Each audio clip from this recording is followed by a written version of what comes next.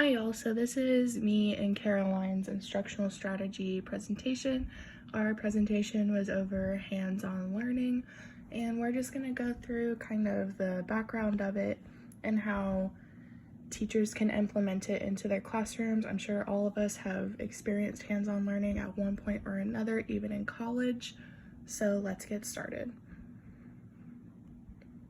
So just some generic info about hands-on learning.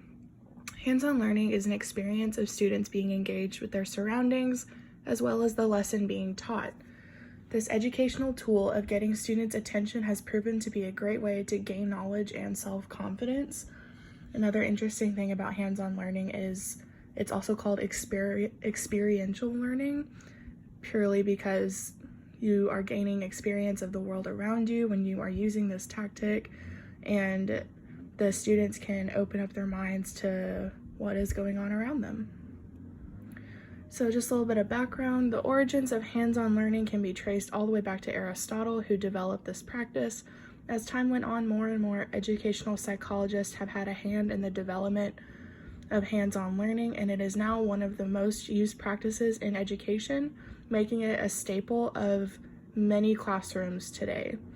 Through being creative in how you plan your lesson, you can easily make something hands-on for your students who have a physical learning style and who enjoy having their hands on what they are learning about. The more the student is engaged, the more they are going to want to do the activity. So here's just a few quick tips on how you can use it in your classroom. You need to appropriately choose the activity based off your lesson. So you need to make sure this correlates with your lesson. You don't want to have a counting lesson and then you go do something with art. You want to make sure that if you're doing a math lesson, your hands-on activity needs to be math related.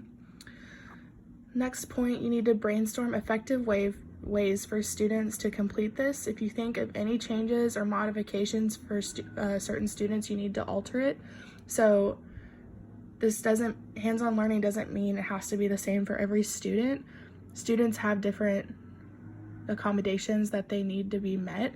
So you as a teacher have the responsibility to change that for them. Next point, you need to present students with the new idea and give student expectations.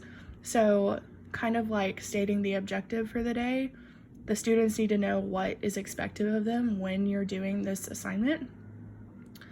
If needed, give a short example of how to.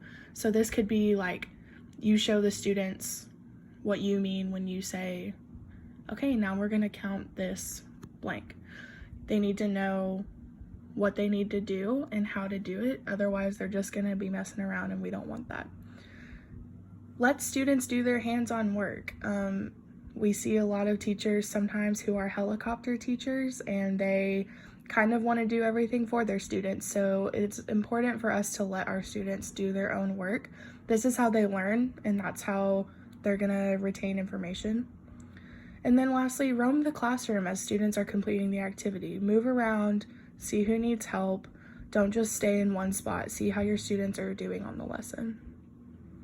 So for a little idea for a hands-on extended lesson, hands-on is very important to have in your classroom, especially elementary school. It gives students engaging time with the subject at hand to complete independent learning. An example of a hands-on lesson would be to have your students learn about addition and subtraction by counting change. Think of a simple hands-on method that you could bring to your classroom to engage your students in the subject. This really isn't super complicated. You can turn almost any lesson into a hands-on lesson, especially for elementary school. All right, hope y'all enjoyed this video. Bye.